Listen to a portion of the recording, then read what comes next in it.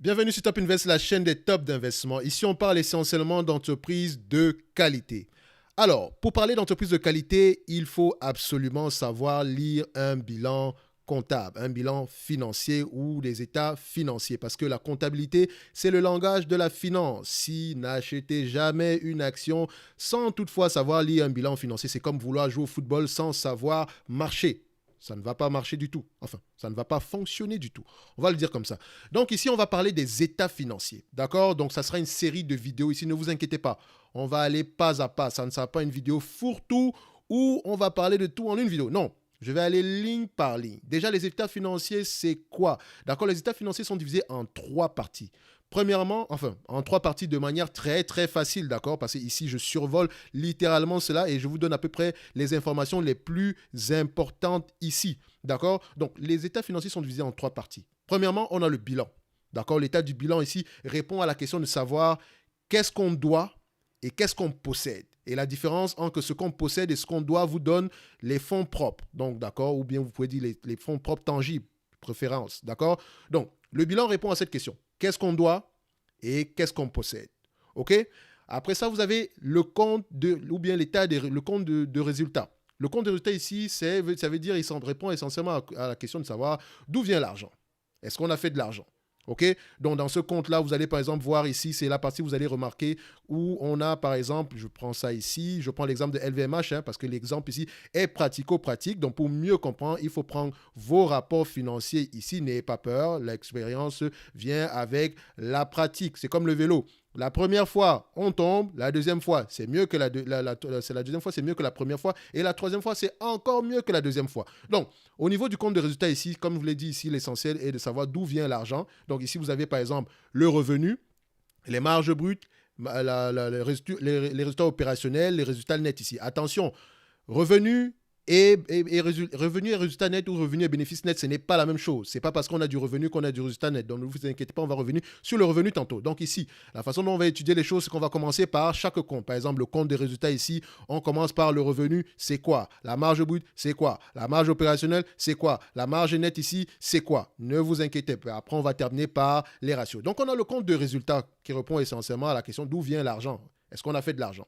On a vu le bilan ici. Le bilan également répond à la question de savoir qu'est-ce qu'on possède, à qui est-ce qu'on doit ou bien qu'est-ce qu'on possède, qu'est-ce qu'on doit, d'accord? Donc, et la troisième ici, qu'est-ce qu'on possède moins qu'est-ce qu'on doit, représente ici à peu près les fonds propres. OK? Donc, ici, il faut savoir que le bilan est périodique, ou bien les états financiers sont périodiques. Par exemple, sur cette période-ci, je vois ici, c'est le 30 du mois de juin 2022, 31 du mois de décembre 2021. Ça, c'est 6 mois. Donc, c'est semestriel. OK?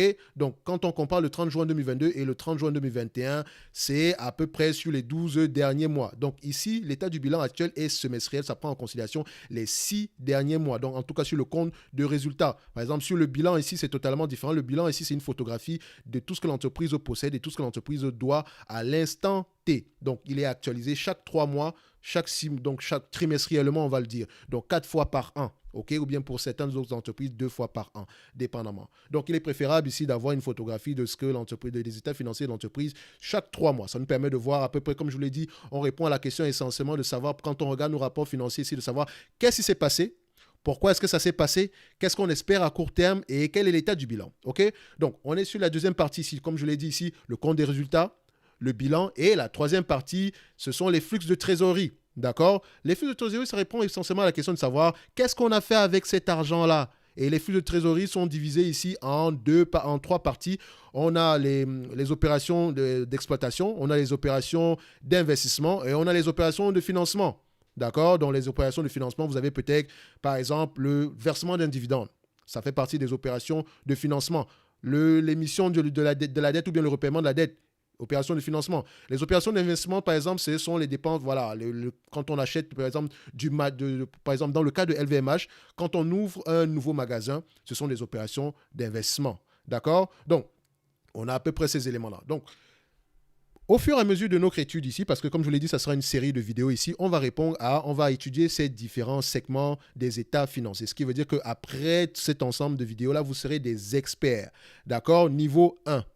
C'est largement suffisant à peu près pour avoir 50% du message, ok? Parce qu'au fur et à mesure que vous allez avancer, vous allez voir qu'il y a des nuances. Et là, ça veut dire que vous êtes déjà des experts, ok? Donc, niveau 1 ici, on va étudier les différentes parties. Donc, vu qu'aujourd'hui, on commence par les états financiers, la vidéo suivante, comme je vous l'ai dit, va parler essentiellement du revenu. Donc, en résumé ici, les états financiers sont divisés en 3 parties.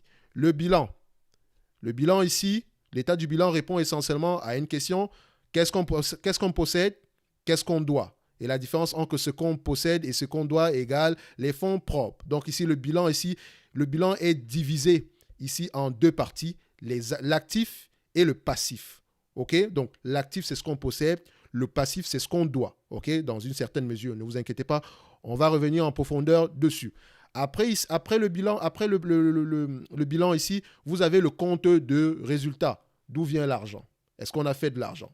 Essentiellement, dans cette partie, vous allez voir le revenu, la marge brute, la marge opérationnelle, le résultat net. OK? Et la troisième partie, c'est qu'est-ce qu'on a fait avec cet argent? Donc, essentiellement, les flux de trésorerie ici. Donc, ça, c'est le cash propre. D'accord? Parce que vous pouvez avoir des bénéfices nets sans toutefois avoir des revenus, des bénéfices opérationnels ou d'exploitation. Parce que si je vends à crédit, c'est une vente.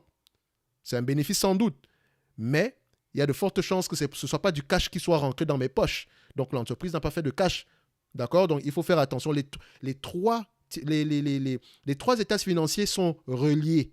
D'accord? Donc, ils sont interconnectés. Vous allez voir qu'à la fin de cette série de vidéos-là, on va refaire l'interconnexion ici pour que ça puisse être plus facile pour vous. Donc, on va commencer par le revenu ici sur la prochaine vidéo. Donc, en date d'aujourd'hui, vous savez que vous avez trois types d'états financiers ici. Donc, les états financiers sont divisés en 3. D'accord? Donc, maintenant, à partir d'aujourd'hui, vous prenez vos rapports d'LVMH et vous essayez de déterminer si vous pouvez retrouver le compte de résultats, le bilan et le tableau de variation de la trésorerie consolidée et essentiellement déterminer sur quelle période ça correspond. OK? Ça, c'est le devoir de ce soir. OK? Ou bien c'est le devoir par rapport à cette vidéo-ci. Si vous êtes capable de le faire, mettez-le moi en commentaire également et on va essayer on va voir à peu près, donnez-moi la page, d'accord? On va le faire comme ça. J'ai pris les rapports semestriels ici de 2022. Donnez-moi la page qui correspond au compte de résultats, la page qui correspond au bilan et la page qui correspond à la variation de la trésorerie. Bon, je sais que c'est facile, vous allez pouvoir le déterminer ici en regardant la vidéo.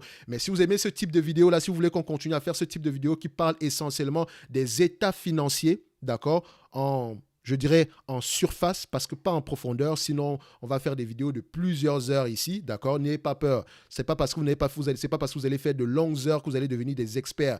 Il faut pratiquer, d'accord? Je vais vous le donner le plus simplement possible, comme moi j'ai appris, parce que moi j'aime la facilité, d'accord? Mais je n'aime pas quand c'est trop facile, mais j'aime comprendre comme ça, d'accord? Donc c'est-à-dire que, comme je vous l'ai dit, la prochaine vidéo, on va parler du revenu essentiellement. Après, on va parler de la marge brute essentiellement. On va parler du revenu d'exploitation essentiellement. On va parler de la marge nette essentiellement, ok?